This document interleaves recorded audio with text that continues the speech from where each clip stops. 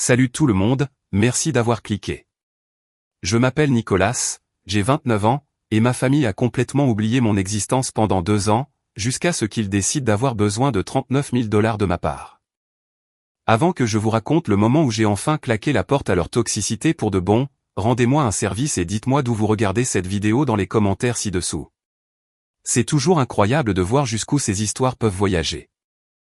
Ok, alors commençons par la fin, ou ce qui m'a semblé être la fin.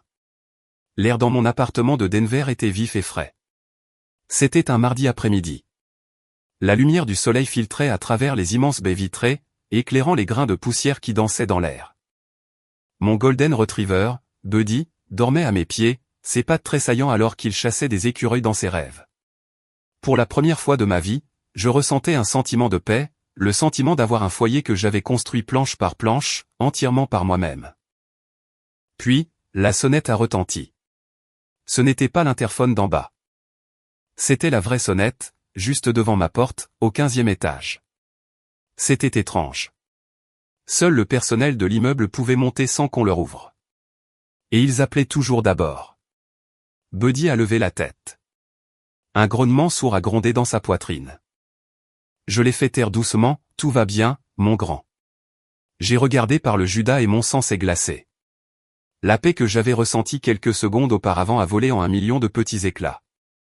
Debout, l'air impatient et dépareillé par rapport au couloir gris et moderne, se trouvaient ma mère Eleanor, mon père Richard, et mon frère aîné Léo. Ma famille. La famille que je n'avais pas vue en personne depuis plus de 2 ans. Ma main s'est figée sur la poignée de porte. Un millier de questions hurlaient dans ma tête. Comment était-il arrivé ici? Comment était-il même entré dans l'immeuble? Mon cœur tambourinait contre mes côtes, un rythme frénétique d'effroi. Je ne leur avais pas donné ma nouvelle adresse. Je m'en étais assuré. Prenant une grande inspiration tremblante, j'ai ouvert la porte. Silence. Pendant un long moment, tous les trois m'ont simplement dévisagé, leurs yeux me balayant de haut en bas, puis me dépassant pour observer l'appartement. J'ai vu le regard de ma mère s'attarder sur le canapé en cuir, celui de mon père sur la télévision à grand écran, et celui de mon frère sur la cuisine ouverte avec ses plans de travail en granit. Ils ne me regardaient pas. Ils évaluaient ma vie. Nicolas, a fini par dire ma mère. Sa voix n'était pas chaleureuse. Ce n'était pas la voix d'une mère retrouvant son fils perdu de vue depuis longtemps. Elle était plate, professionnelle.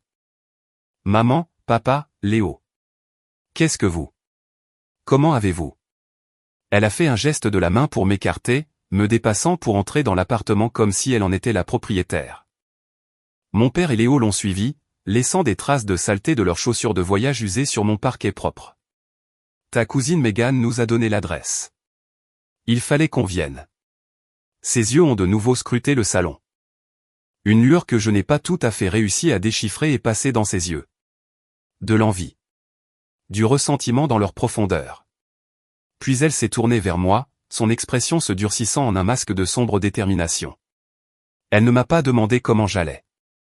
Elle n'a fait aucun commentaire sur le fait que j'avais changé, que j'avais pris un peu de poids sainement, ou que j'avais enfin l'air heureux. Elle est allée droit au but.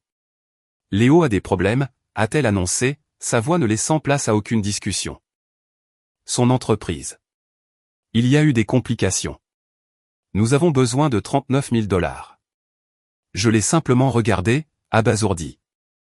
L'audace pure de la demande m'a coupé le souffle. 39 000 $. Pas un « bonjour », pas un « tu nous as manqué », juste une exigence.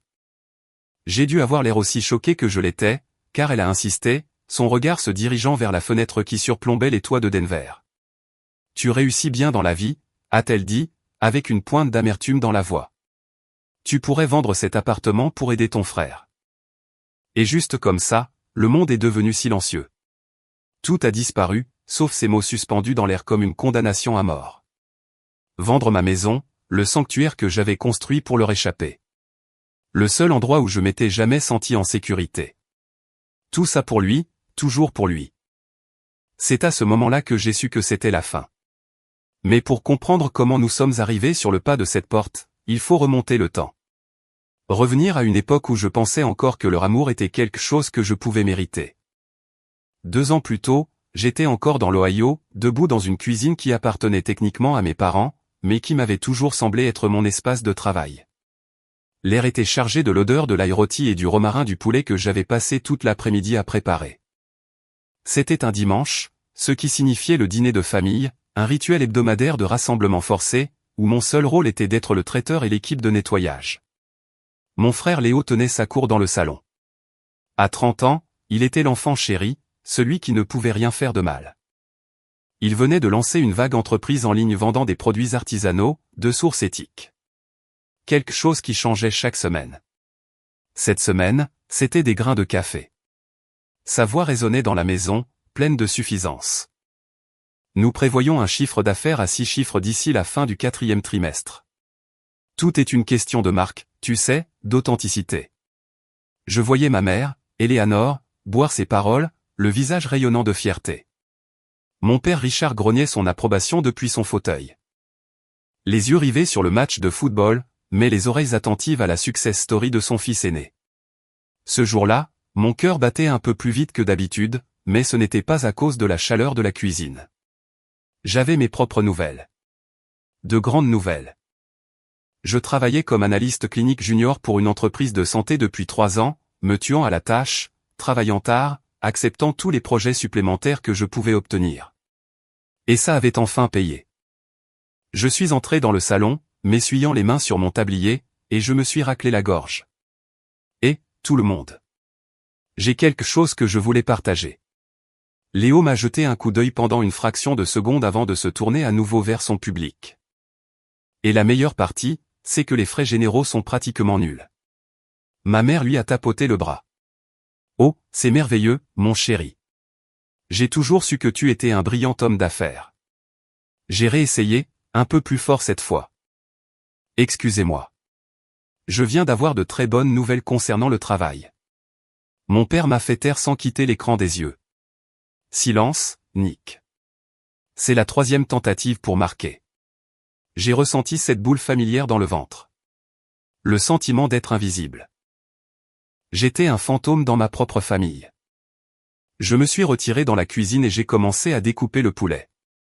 Le couteau aiguisé était un piètre substitut au mot tranchant que j'aurais aimé avoir le courage de prononcer. Pendant le dîner, le schéma a continué. J'ai servi tout le monde, j'ai rempli leurs verres et j'ai débarrassé leurs assiettes. Léo a parlé de son entreprise. Ma mère a parlé de l'entreprise de Léo. Mon père a parlé du match. Les 2 jeunes fils de Léo, mes neveux, couraient partout. Et ma belle-sœur était rivée à son téléphone, gérant probablement les réseaux sociaux de Léo. Finalement, j'ai vu un moment de calme dans la conversation. C'était maintenant ou jamais. Alors, j'ai eu une promotion, ai-je dit, les mots semblant maladroits dans ma bouche. C'est un poste d'analyste principal. Une grande étape.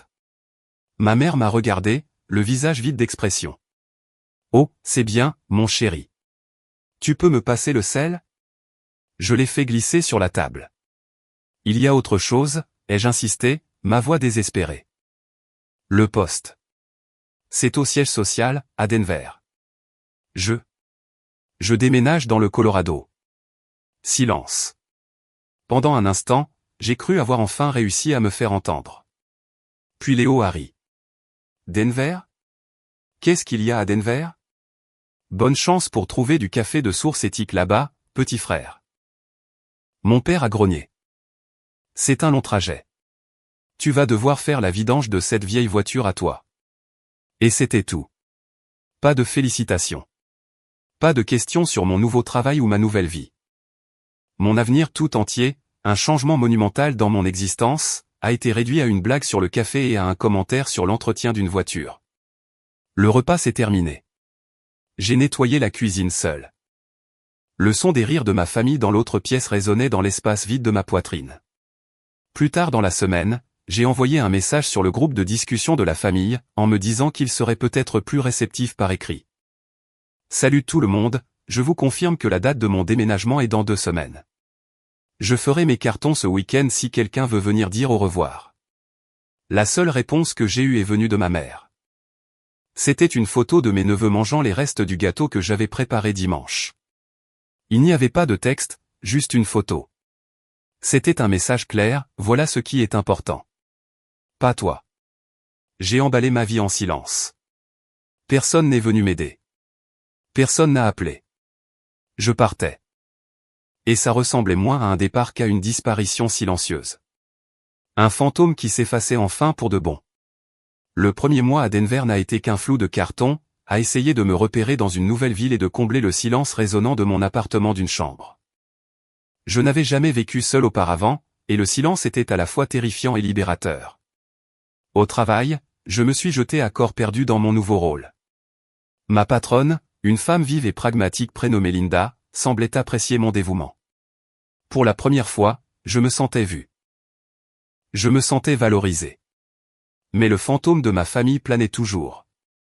J'appelais ma mère tous les 2 ou 3 jours, laissant des messages vocaux qui restaient sans réponse. J'envoyais des textos dans le groupe de discussion avec des photos des montagnes, de mon nouveau bureau, de la première chute de neige. Silence radio. C'était comme si j'étais tombé de la surface de la Terre. Puis, un samedi matin, mon téléphone a sonné. C'était ma mère. Mon cœur a fait un bond. Enfin. Nicolas. Sa voix était brusque, urgente. J'ai besoin que tu viennes à la maison. Les gouttières sont pleines de feuilles et le dos de ton père le fait encore souffrir. Et Léo et sa femme veulent sortir ce soir, donc quelqu'un doit garder les garçons.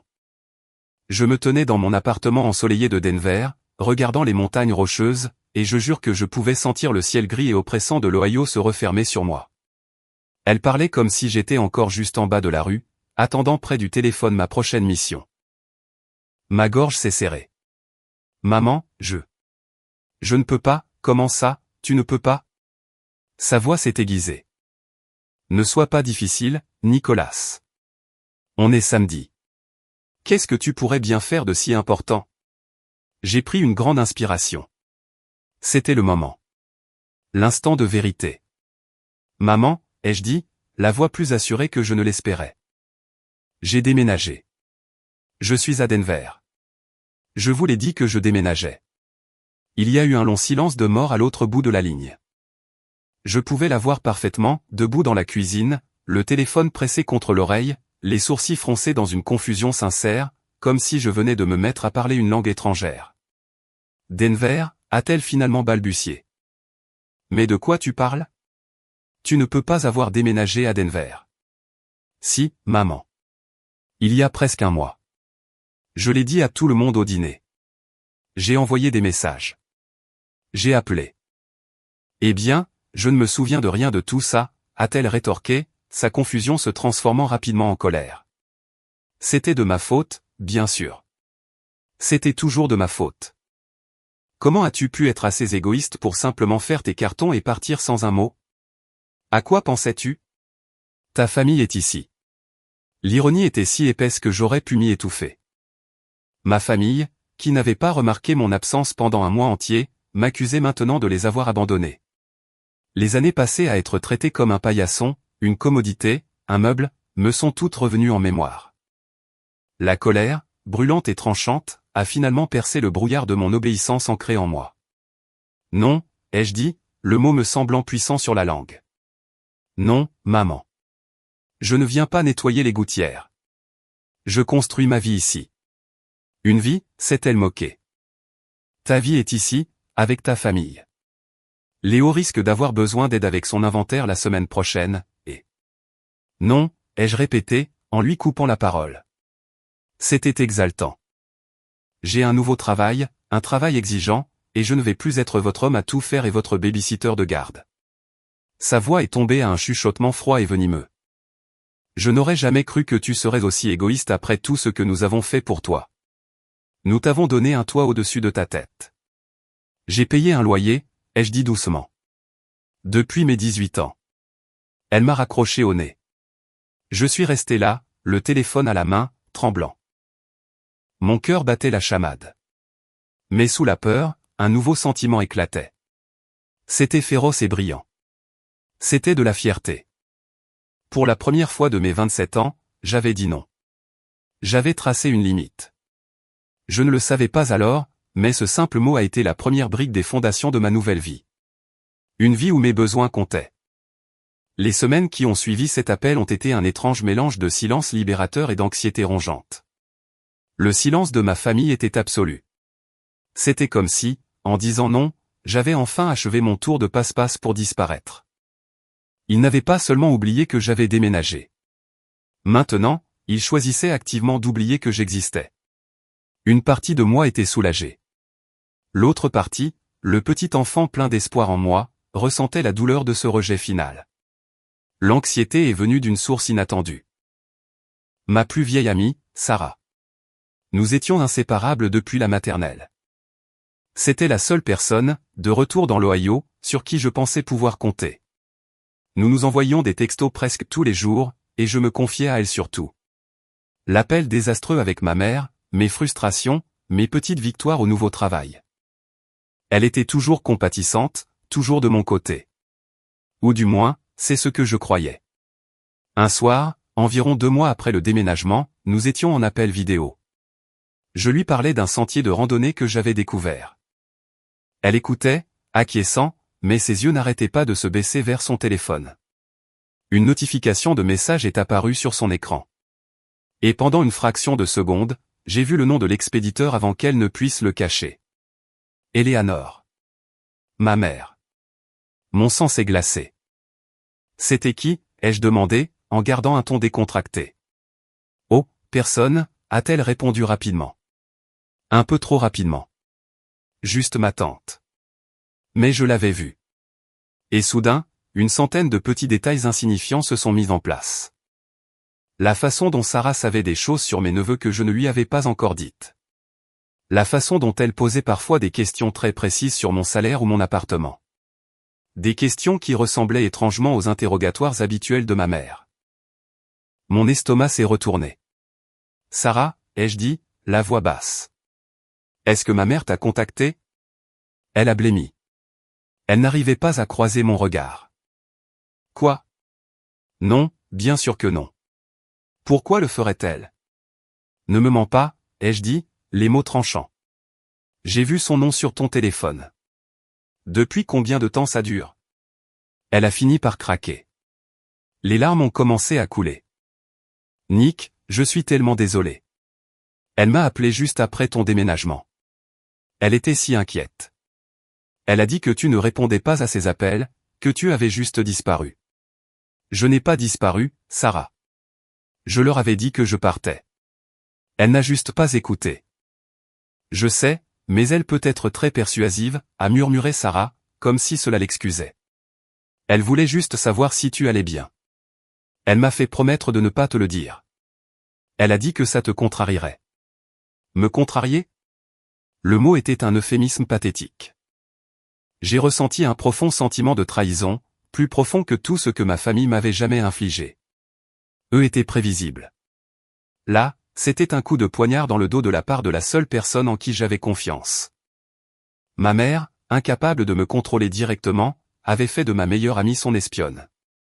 Elle recevait des rapports réguliers sur ma vie, mes finances, mes sentiments, tout en me donnant le traitement du silence. Il ne s'agissait pas d'inquiétude. Il s'agissait d'obtenir des informations. Il s'agissait de pouvoir. Qu'est-ce que tu lui as dit, ai-je demandé, d'une voix dangereusement calme. Sarah sanglotait. Point juste que tu t'installais bien, que ton travail se passait bien, que tu avais acheté un nouveau canapé. Chaque détail que j'avais partagé en toute confiance me semblait désormais corrompu, utilisé contre moi. J'étais un sujet à surveiller, un puzzle à résoudre à distance. C'est fini entre nous, ai-je dit, les mots ayant le goût de la cendre dans ma bouche. Je ne peux plus te faire confiance. J'ai mis fin à l'appel avant qu'elle ne puisse répondre. J'ai bloqué son numéro. Puis je me suis assis dans le noir de mon appartement. Le silence ressemblait maintenant moins à de la liberté et plus à une forteresse. Cette trahison m'a appris une précieuse et douloureuse leçon. Les racines toxiques de ma famille étaient plus profondes que je ne l'aurais imaginé. Pour être vraiment libre, je ne devais pas juste quitter une ville. Je devais construire des murs, et je devais les construire très haut. Les 2 années suivantes ont été une période de reconstruction. J'ai bâti ma forteresse et j'ai commencé à me construire une vie à l'intérieur. Le premier et le plus important des résidents a été Buddy. Je l'ai trouvé dans un refuge local. Un mélange de golden retriever dégingandé et maladroit, avec une oreille tombante et des yeux qui semblaient détenir la sagesse de l'univers. Au moment où je l'ai vu, j'ai su qu'il rentrait avec moi ce jour-là. Et mon appartement silencieux s'est soudainement rempli du joyeux chaos d'une queue qui remue, de jouets qui couinent et d'un amour inconditionnel. Il se fichait de mon travail ou de mon appartement. Il ne se souciait que de moi. Ce fut une révélation. Le travail est devenu un sanctuaire. Je n'étais plus un simple analyste. J'étais bon dans mon travail, vraiment bon. J'ai rationalisé des processus, identifié de nouvelles sources de revenus, et ma patronne, Linda, a commencé à me confier de plus en plus de responsabilités. Mon salaire a augmenté, et pour la première fois, j'ai ressenti un sentiment de sécurité financière qui m'appartenait entièrement. Elle n'était pas attachée à la maison de mes parents ou à leur approbation. J'ai ouvert un plan d'épargne retraite, 401K, j'ai investi dans quelques actions. Je construisais un avenir. Je me suis aussi fait des amis. Hésitants au début, mais vrais. Des collègues de travail, des voisins de mon immeuble. Nous allions faire des randonnées le week-end, essayions de nouvelles brasseries, nous plaignions de la circulation à Denver. C'était normal. C'était sain. Et puis il y a eu Chloé. Je l'ai rencontrée au parc pour chiens. C'était une belle journée d'automne. Les trembles prenaient une teinte dorée éclatante. Buddy essayait avec enthousiasme de se lier d'amitié avec un husky élégant et gracieux qui ne voulait rien avoir à faire avec lui. J'étais en train de m'excuser auprès du propriétaire du husky quand j'ai enfin levé les yeux et que je l'ai vue. Elle avait des yeux doux qui se plissaient au coin quand elle souriait, et un rire qui donnait envie de rire avec elle. « Ne vous en faites pas pour Daisy », a-t-elle dit en désignant son husky. Elle a un penchant pour le drame. Elle s'appelait Chloé. Elle était graphiste indépendante et avait déménagé à Denver quelques années avant moi pour fuir, selon ses mots, une petite ville avec une famille à l'esprit étriqué. Il y a eu une étincelle immédiate de reconnaissance entre nous. Nous n'avions pas besoin d'expliquer la danse compliquée des obligations familiales et le besoin désespéré de s'échapper. On se comprenait, tout simplement. Notre premier rendez-vous a été pour prendre un café, ce qui s'est transformé en une promenade, puis en un dîner. Nous avons parlé pendant des heures. Je lui ai parlé de ma famille. Pas tout, pas encore, mais suffisamment. Je lui ai parlé de l'invisibilité, du sentiment constant d'être toujours le second choix. Elle a écouté sans juger, sa main reposant doucement sur la mienne de l'autre côté de la table. Poser des limites n'est pas égoïste, Nick, m'a-t-elle dit, la voix douce mais ferme. C'est une forme de respect de soi. Tu as le droit d'en avoir. C'est comme si une ampoule s'était allumée dans ma tête. J'avais toujours considéré mon « non » à ma mère comme un acte de rébellion, quelque chose dont il fallait se sentir coupable. Chloé l'a recadré comme un acte de survie. Notre relation a grandi de manière constante et organique. Elle était construite sur le respect mutuel, des rires partagés et le confort paisible d'être avec quelqu'un qui vous voyait pour ce que vous étiez exactement. Avec elle, je n'étais pas le fils de secours ou l'homme à tout faire de la famille. J'étais juste Nicolas, et c'était plus que suffisant. Un jour, nous regardions des biens immobiliers en ligne, juste pour nous amuser. Et puis, ça n'a plus été pour nous amuser. J'ai trouvé un endroit, un appartement d'angle au 15e étage avec une vue panoramique sur les montagnes. C'était plus que ce que je pensais pouvoir m'offrir. Mais quand j'ai fait les calculs, j'ai réalisé que je pouvais le faire. C'était un saut dans le vide terrifiant. C'était une déclaration. C'était ma maison. C'était ma vie. Le jour où j'ai signé les papiers, j'ai ressenti un profond sentiment d'accomplissement. J'avais fait ça, tout seul. La vie dans le nouvel appartement était un rêve. Chloé et moi passions nos week-ends à peindre les murs, assembler des meubles et nous approprier l'espace. Buddy adorait les grandes fenêtres où il pouvait bronzer et regarder le monde passer. Pour la première fois depuis que j'avais quitté l'Ohio, j'avais l'impression de pouvoir enfin, vraiment respirer. Le silence de ma famille était devenu un bruit de fond confortable. 2 ans s'étaient écoulés sans le moindre appel ni texto. C'était un silence que j'avais appris à chérir.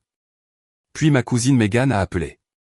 Megan était la fille de la sœur de ma mère. Nous n'avions jamais été particulièrement proches. Elle avait quelques années de moins que moi, obsédée par les réseaux sociaux et les apparences. J'étais surpris d'avoir de ses nouvelles, mais elle avait l'air enjouée et excitée. Nikki. Oh mon Dieu, je vais être à Denver pour un long week-end avec des copines. Il faut absolument qu'on se voie. Le Nicolas d'avant, celui qui voulait toujours plaire aux autres, a voulu trouver une excuse. Il voulait dire qu'il était occupé, que le travail était fou, mais Chloé m'avait appris que je n'avais pas besoin de mentir pour protéger ma paix. Pourtant, une partie de moi ressentait une lueur d'obligation familiale. C'était la première personne de cette partie de ma vie à me contacter en 2 ans. C'était peut-être l'occasion de construire un pont, même petit. Ouais, bien sûr, Megan. Ça a l'air super, me suis-je entendu dire. Elle est venue un samedi après-midi, seule. Ses amis faisaient du shopping, m'a-t-elle dit. Dès l'instant où elle a mis les pieds dans l'appartement, sa mâchoire s'est décrochée, ses lèvres parfaitement glossées ont formé un « oh » silencieux. Oh mon Dieu, a-t-elle soufflé, les yeux écarquillés alors qu'elle scrutait tout. Nikki, cet endroit est dingue. Elle a traversé le salon, passant sa main sur le dossier du canapé, laissant glisser ses doigts sur la surface froide du plan de travail en quartz de la cuisine. Ça a dû coûter une fortune. J'ai fait une bonne affaire, ai-je dit, me sentant soudainement sur la défensive. Toute la visite ressemblait à un interrogatoire déguisé en conversation amicale. Quel est exactement le titre de ton poste déjà? Comment fonctionne la structure de tes bonus? C'est une vraie montre? Et pendant tout ce temps, son téléphone était sorti. Elle prenait des photos de tout. La vue depuis le balcon, la cave à vin, l'œuvre d'art que j'avais achetée dans une galerie locale. Juste pour mon tableau d'inspiration déco sur Pinterest, disait-elle avec un rire cristallin. Tu as des goûts tellement incroyables. J'ai ressenti un malaise grandissant. Ce n'était pas de l'admiration. C'était comme si elle rassemblait des preuves. Chloé était partie pour l'après-midi promener Buddy et Daisy, et je me suis surpris à souhaiter qu'elle soit là. Elle aurait vu clair dans son jeu. Quand Megan a été sur le point de partir, elle m'a serré fort dans ses bras. Je suis si fier de toi, Nikki. Tu as tellement bien réussi. Ta mère et ton père mouraient d'envie de voir cet endroit. Ils seraient tellement heureux pour toi. Ces mots sonnaient faux, mais j'ai simplement hoché la tête, engourdi. En fermant la porte derrière elle, j'ai eu une boule au ventre. Je n'arrivais pas à me défaire du sentiment que je n'avais pas juste reçu une visiteuse. Je venais d'être espionné. Et j'étais presque sûr de savoir qui avait envoyé l'éclaireur. Le silence confortable que j'avais chéri pendant 2 ans me semblait soudain fragile, comme de la glace fine sur le point de se briser. Ce soir-là, Chloé et moi étions blottis sur le canapé en train de regarder un film. Buddy ronflait doucement sur le tapis. C'était une nuit parfaite et paisible. Puis le téléphone de Chloé a vibré. Elle y a jeté un coup d'œil, fronçant légèrement les sourcils. « Tiens, c'est bizarre », a-t-elle dit. « Qu'est-ce qu'il y a ?» ai-je demandé, mon attention toujours fixée sur l'écran. « Ta cousine Megan vient de m'identifier sur une photo sur Instagram », a-t-elle dit, l'air perplexe. Je ne savais même pas qu'elle me suivait. Un nœud glacé d'effroi s'est formé dans mon estomac. Je me suis redressé. « Fais voir. » Elle m'a tendu le téléphone. Mon cœur s'est effondré. Ce n'était pas juste une photo. C'était tout un carrousel de photos. La première était un selfie de Megan souriant de toutes ses dents, avec tout mon salon et la vue imprenable sur la montagne parfaitement cadrée derrière elle. Les autres photos étaient des plans détaillés de mon appartement, de la cuisine, du balcon, et même un gros plan de la bouteille de scotch que je gardais sur mon meuble-bar. Mais c'est la légende qui m'a donné la nausée. J'ai passé la plus incroyable des après-midi à prendre des nouvelles de mon cousin super brillant Nicolas dans son appartement de Denver à couper le souffle. Étincelle tellement fier de tout ce qu'il a accompli. Certains savent juste comment mener la belle vie. Clin d'œil famille succès vie Adanvé la belle vie, et puis j'ai vu les identifications. Elle m'avait identifié, bien sûr, mais elle avait aussi identifié ma mère, mon père, mon frère Léo, ma belle-sœur, et une douzaine d'autres tantes, oncles et cousins. C'était une attaque ciblée et calculée. Ce n'était pas une publication innocente. C'était un message. C'était une invitation. Oh, Nick, a murmuré Chloé, en voyant l'expression de mon visage. Avant même que je ne puisse assimiler la violation, mon propre téléphone, qui était resté silencieux sur la table basse pendant 2 ans, s'est allumé. Un texto de ma mère. Mes mains tremblaient lorsque je l'ai ramassé. Le message disait, « C'est un très bel appartement, Nicolas. Il faut qu'on parle. Et puis ça a commencé. Les vannes ne se sont pas contentées de s'ouvrir. Elles ont explosé. Un appel manqué de Léo. Un email de mon père avec pour objet, affaire de famille. Une demande d'amis sur Facebook de ma belle-sœur. C'était un assaut coordonné et écrasant. Ils avaient attendu. Attendu un signe, une ouverture. Et Meghan, avec sa publication soigneusement élaborée sur ma belle vie, venait de la leur offrir sur un plateau d'argent. La paix que j'avais si soigneusement construite avait disparu, brisée par la lueur d'un écran de téléphone et une poignée de hashtags choisis avec soin. Je me sentais comme un animal pris dans les phares, paralysé et exposé.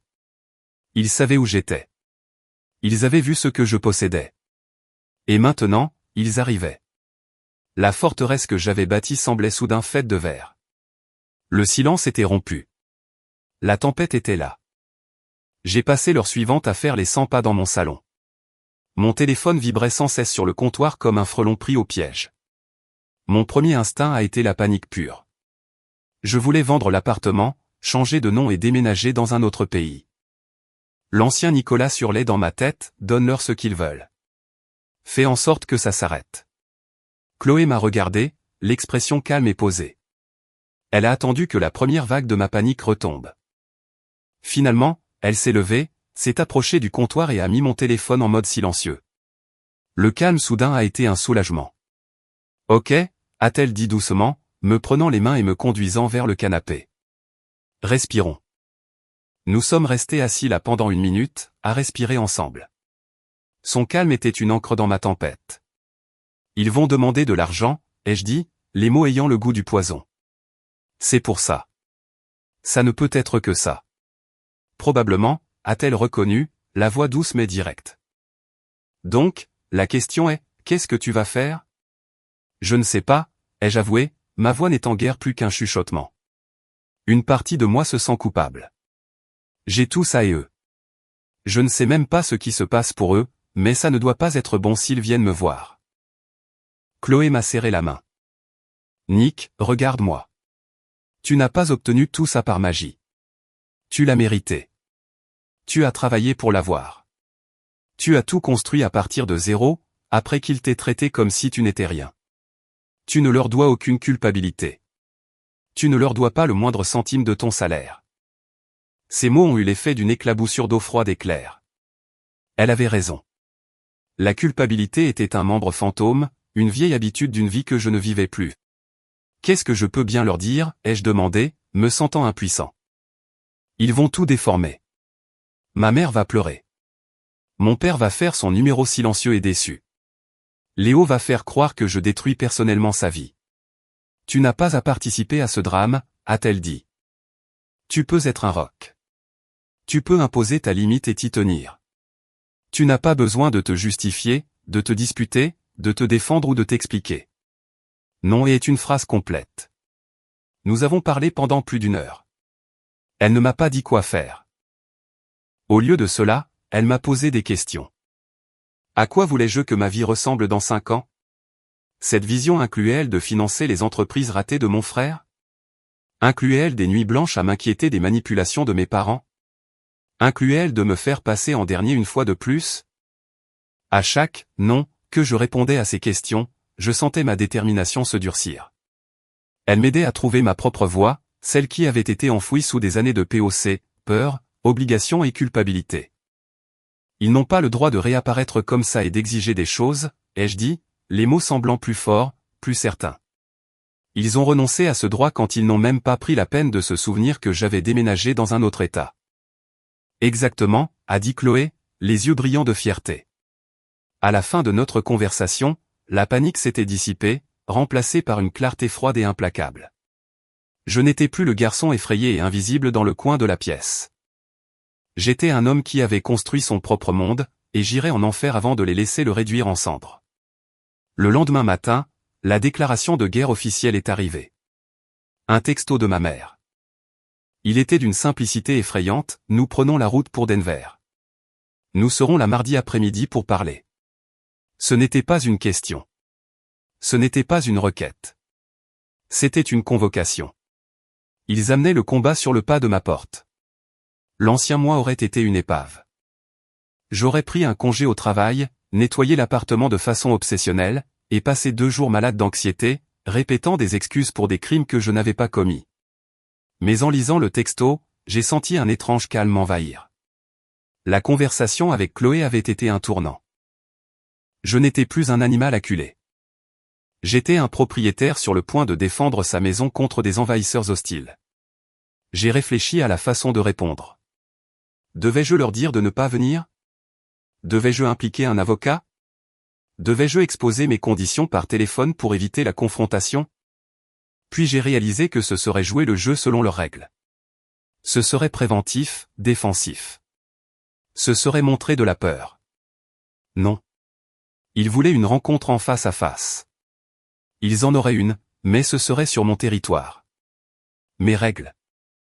J'ai fait une capture d'écran du texto et je l'ai envoyé à Chloé avec un seul mot, Showtime, que le spectacle commence. Sa réponse est revenue instantanément, tu gères. J'emmènerai Buddy et Daisy au parc pendant quelques heures mardi. C'est ta bataille, à toi de la gagner. Appelle-moi dès que c'est fini. Sa confiance en moi était une véritable armure. J'ai passé les 2 jours suivants à vivre ma vie. Je suis allé travailler. J'ai eu une excellente réunion concernant un nouveau projet et ma patronne a laissé entendre qu'une autre promotion se profilait à l'horizon. Je suis allé à la salle de sport. J'ai préparé le dîner avec Chloé. J'ai promené Buddy au bord de la rivière. Avec chaque action normale et saine, je renforçais la réalité de la vie que je m'étais construite. Une vie qui était tellement plus grande et plus lumineuse que le monde petit et sombre dans lequel ma famille vivait. J'ai cependant fait une chose pour me préparer.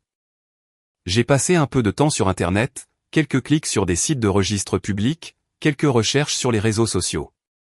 J'avais un pressentiment, une intuition sur ce qui se passait réellement avec l'entreprise de Léo.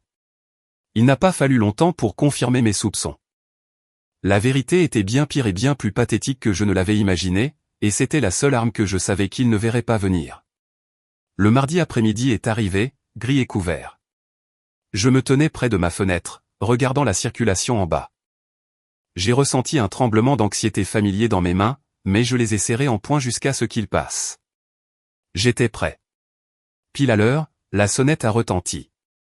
J'ai marché vers la porte, mes pas résonnant dans l'appartement silencieux. J'ai jeté un dernier regard circulaire sur ma maison, mon sanctuaire. J'ai pensé au garçon effrayé qui avait quitté l'Ohio 2 ans plus tôt. Il avait disparu. Un homme différent s'apprêtait à ouvrir cette porte. J'ai pris une grande inspiration, j'ai tourné la serrure et j'ai ouvert la porte pour faire face à mon passé. « Bonjour », ai-je dit, d'une voix calme et posée. Je vous attendais.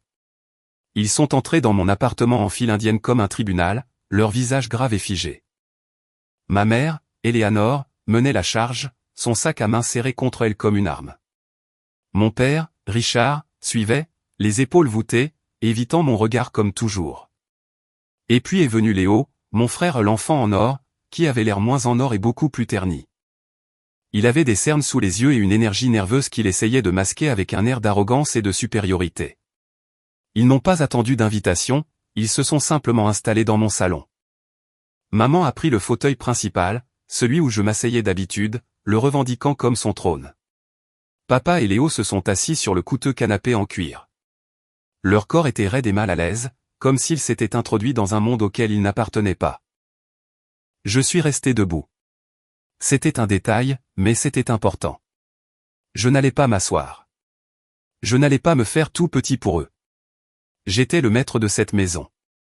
C'est un sacré endroit, Nicolas, a commencé ma mère, la voix dégoulinante d'un ton mielleux et écœurant qui m'a crispé les dents. C'était la voix qu'elle utilisait juste avant de passer à l'attaque. Tu as été occupé. En effet, ai-je répondu d'un ton neutre. Nous étions si inquiets, a-t-elle poursuivi en plaçant une main sur sa poitrine. Quand tu n'as pas appelé pendant si longtemps, nous avons cru qu'il t'était arrivé quelque chose de terrible. Le mensonge était si flagrant, si éhonté que j'ai failli rire. Ils n'étaient pas inquiets. Ils m'ignoraient, et maintenant ils étaient désespérés. Léo, toujours impatient, ne supportait pas la mascarade. Écoute, on peut arrêter les conneries, a-t-il lancé en me fusillant du regard. On n'a pas conduit pendant 2 jours pour parler de ton bel appartement chic. Mon père lui a jeté un regard d'avertissement. Léo, sois respectueux. C'était la première chose qu'il disait, de sa voix grave. Respectueux, c'est moquer Léo. Il est assis sur une mine d'or pendant que sa famille est sur le point de couler. Et voilà, c'était la première salve. Ma mère est intervenue, jouant la pacificatrice, la matriarche qui souffre en silence. Ce que ton frère essaie de dire, Nicolas, c'est que nous sommes dans une situation difficile. Une situation très difficile. Tu sais à quel point Léo a travaillé dur sur son entreprise. Je l'ai simplement dévisagé. Son entreprise de grains de café artisanaux? Où était-ce la box d'abonnement pour jouer pour chien? Je perdais le fil. Le visage de Léo s'empourprait de colère. C'était une start-up technologique soutenue par du capital risque et c'était un énorme succès jusqu'à ce que mon associé m'arnaque. L'histoire ne tenait pas debout, et nous le savions tous. Ma mère a insisté, sa voix prenant un ton théâtral et suppliant. Il a tout perdu, Nicolas. Ses économies. Sa femme parle de divorce, de prendre les enfants. Elle s'inquiète pour leur fonds d'études universitaires. C'est un véritable cauchemar. Elle a laissé cela flotter dans l'air. Le spectre d'une famille brisée, de mes neveux innocents souffrants. C'était sa spécialité. Le chantage affectif. Mon père m'a enfin regardé, les yeux remplis d'une déception lasse qu'il avait perfectionnée au fil des décennies. C'est ton frère, fils. La famille a la responsabilité de s'entraider. Tu te souviens de ce qu'on t'a appris. Il m'avait encerclé. Celle qui fait culpabiliser, l'exécuteur silencieux, et la victime qui s'estime tout permis. C'était leur formation classique, celle qui avait marché sur moi toute ma vie. Ils attendaient que je craque, que je propose une solution, que je demande « De combien avez-vous besoin ?» Ils m'observaient, leurs expressions étant un mélange d'espoir et d'exigence. L'air était lourd d'attentes non dites. J'ai laissé le silence s'étirer, soutenant leurs regards un par un. J'ai vu le désespoir dans les yeux de ma mère, la honte dans ceux de mon père, l'avidité pure dans ceux de mon frère. Finalement, ma mère a lâché la réplique finale pour laquelle ils avaient parcouru 2400 kilomètres. Léo a besoin de 39 000 $ pour rembourser ses investisseurs et éviter un procès, a-t-elle dit, sa voix baissant jusqu'à un murmure complice, comme si nous étions tous dans le même bateau. Nous avons fait ce que nous pouvions, mais nous sommes à sec. Tu es son seul espoir. Elle a regardé autour de mon appartement une fois de plus, observant la vie que j'avais construite. C'est beaucoup d'argent, a-t-elle concédé. Mais tu pourrais vendre cet endroit, ou contracter un prêt hypothécaire dessus, pour ta famille. La représentation était terminée. L'exigence était sur la table. La balle était dans mon camp. Ils se sont tous légèrement penchés en avant, attendant la capitulation inévitable. Attendant que le bon fils, le fiable Nicolas, fasse son devoir. J'ai laissé leurs mots suspendus dans l'air, un nuage toxique de manipulation. J'ai regardé chacun d'eux, ces visages dont j'avais autrefois si désespérément cherché l'approbation, et je n'ai rien ressenti. La peur avait disparu. La culpabilité avait disparu. Tout ce qu'il restait, c'était une clarté profonde et décevante. Non, ai-je dit. Le mot était calme, mais il a atterri au centre de la pièce comme une grenade. Ma mère a cligné des yeux, comme si elle n'avait pas bien entendu. Quoi? Qu'est-ce que tu as dit? J'ai dit, non, ai-je répété, la voix plus forte cette fois. Je ne donnerai pas un seul dollar à Léo, et je ne vendrai certainement pas ma maison. Léo a bondi du canapé. Espèce de salaud égoïste. Après tout ce que nous avons fait pour toi. Qu'est-ce que vous avez fait pour moi, Léo, ai-je demandé, la voix dangereusement calme. Qu'est-ce qu'aucun de vous a fait pour moi? Vous n'avez pas remarqué mon absence pendant un mois. Vous ne m'avez pas parlé depuis 2 ans. Vous n'êtes pas ma famille. Vous êtes des étrangers qui partagent une partie de mon ADN. Et vous vous êtes pointé à ma porte sans y être invité pour poser une exigence. Ma mère a eu le souffle coupé, se tenant la poitrine dans une performance de pur mélodrame. Nicolas, comment peux-tu être aussi froid?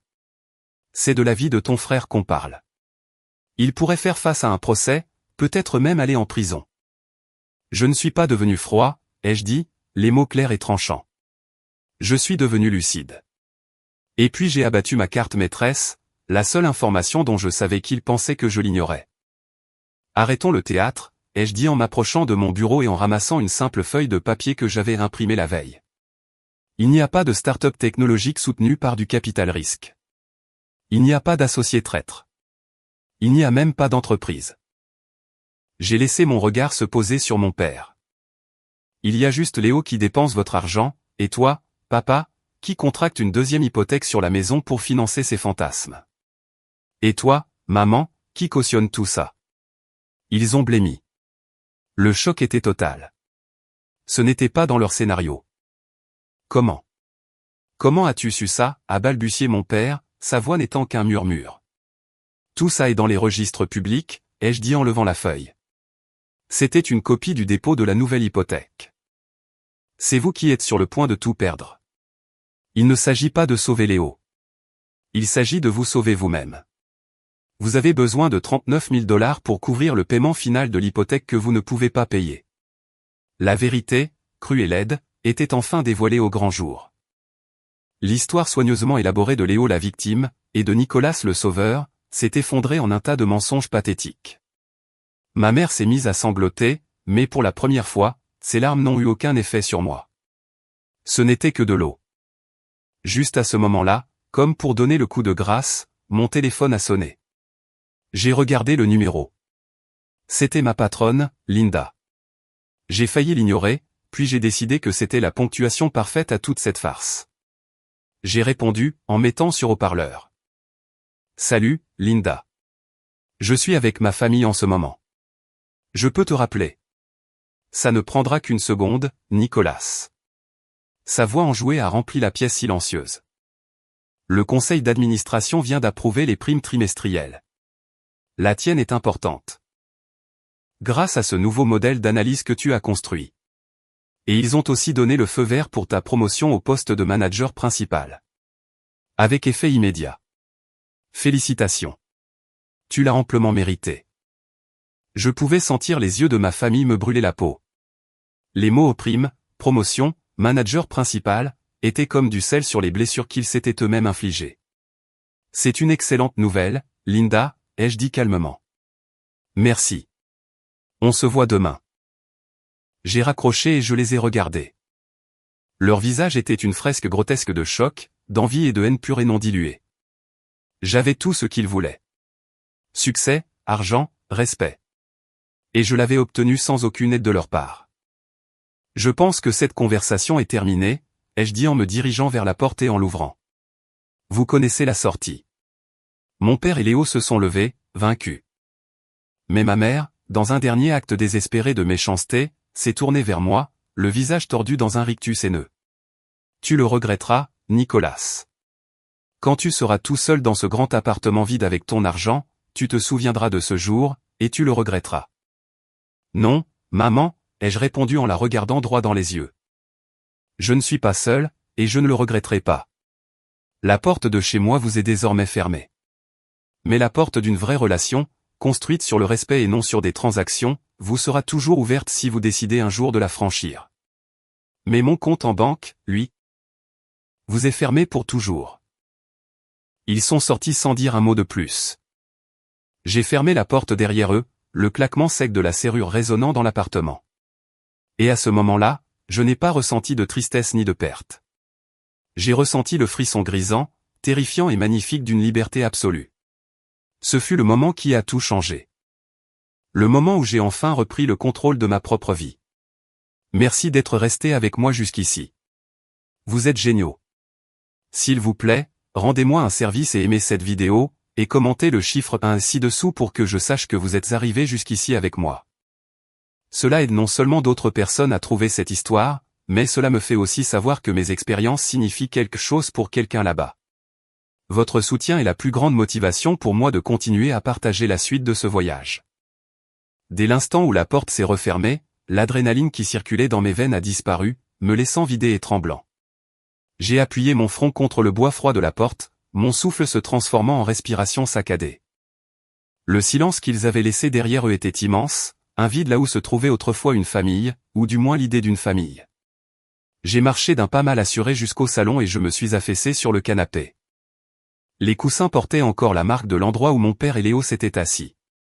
Les monuments d'une bataille qui venait d'être livrée et gagnée dans ma propre maison.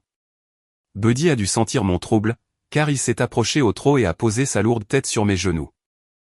Ses yeux bruns étaient pleins d'inquiétude. J'ai enfoui mon visage dans sa fourrure douce et, pour la première fois, je me suis autorisé à ressentir le chagrin. Ce n'était pas un chagrin pour eux. Pas vraiment. C'était un chagrin pour la famille que je n'avais jamais eue. Les parents d'un grand soutien, le frère qui aurait été un ami. Je pleurais un fantasme. Puis, mon téléphone, que j'avais laissé sur le comptoir, a commencé à vibrer. Et vibrer. Et vibrer. C'était un assaut implacable. Je savais qui c'était. Je me suis approché et j'ai regardé l'écran. Un barrage de textos. De ma mère, comment as-tu pu faire ça à ta propre famille? De ma mère, tu as été empoisonné par cette ville et par cette femme. De ma mère, j'espère que tu es heureux. On va se retrouver à la rue à cause de toi. De ma mère, ne m'appelle plus jamais. Tu n'es plus mon fils. Puis un message de Léo, tu te crois tellement meilleur que nous. Tu n'es rien. Tu as toujours été un rien. Et un autre, je trouverai l'argent ailleurs. Je n'ai pas besoin de toi. Mais quand la santé de papa lâchera à cause de tout ce stress, ce sera de ta faute. Les menaces, la culpabilisation, le venin émotionnel. Tout était si prévisible. Mais cette fois, cela n'avait aucun pouvoir. Les mots n'étaient que des pixels sur un écran. Ils ne pouvaient plus me faire de mal. J'ai lu chacun d'eux, non pas avec douleur, mais avec un sentiment détaché de validation. C'était ce qu'ils étaient. C'était la toxicité à laquelle j'avais échappé. J'ai calmement bloqué chacun de leurs numéros. Maman, papa, Léo. Un par un, j'ai coupé les liens numériques qui nous reliaient. Puis j'ai appelé Chloé. Elle a décroché à la première sonnerie. Nick, tu vas bien? Que s'est-il passé? Je n'arrivais pas à formuler les mots. Tout ce qui est sorti fut un sanglot étouffé, le son d'un profond relâchement. J'arrive, a-t-elle dit, sa voix pleine d'une chaleur et d'une inquiétude que ma propre mère ne m'avait jamais témoigné. Elle est arrivée 15 minutes plus tard, les bras chargés de boîtes de notre restaurant thaïlandais préféré. Elle ne m'a pas pressé pour avoir des détails. Elle a simplement posé la nourriture sur la table, m'a serré fort dans ses bras et m'a laissé parler quand j'étais prêt, alors que je racontais toute cette scène hideuse. Elle a écouté, son expression passant de la colère pour moi à une fierté farouche. Tu as réussi, Nick, a-t-elle dit, sa main couvrant la mienne. Tu t'es tenu au cœur de la tempête, et tu n'as pas plié. Cette nuit-là, pour la première fois, je ne me suis pas senti comme un homme qui avait perdu sa famille. Je me suis senti comme un homme qui avait enfin, vraiment trouvé sa maison. Quelques jours ont passé. Le silence qui a suivi le blocage des numéros de ma famille était profond et absolu. C'était un vrai silence cette fois-ci, pas un silence fait d'ignorance. C'était un silence que j'avais choisi, une limite que j'avais imposée. C'était la paix. Puis, un soir, j'ai reçu un appel d'un numéro inconnu avec l'indicatif régional de l'Ohio. Mon premier réflexe a été de l'ignorer. J'ai supposé que c'était l'un d'eux qui essayait de percer mes défenses avec un téléphone jetable, mais quelque chose m'a fait hésiter. J'ai laissé sonner jusqu'à la messagerie. 1 minute plus tard, une notification est apparue. L'appelant avait laissé un message.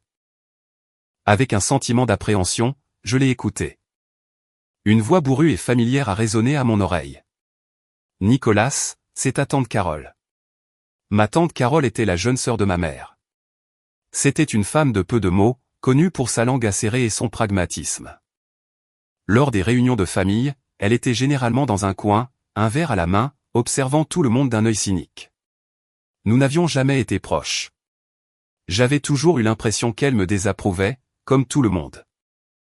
J'ai entendu ce qui s'est passé, a poursuivi sa voix sur le message, paraissant inhabituellement hésitante. Ta mère m'a appelé furieuse, elle n'a pas arrêté de dire que tu avais trahi la famille. J'ai écouté sa diatribe pendant environ 10 minutes et puis j'ai raccroché. Il y a eu une pause. Je pouvais l'entendre prendre une grande inspiration. Écoute, gamin, je ne suis pas doué pour ces conneries sentimentales. Mais je voulais juste te dire, tant mieux pour toi. Il était grand temps que quelqu'un dans cette famille leur tienne tête. Ce qu'ils t'ont fait, ce qu'ils t'ont toujours fait, n'a jamais été juste. Je l'ai vu. C'est juste que... Je n'ai jamais rien dit.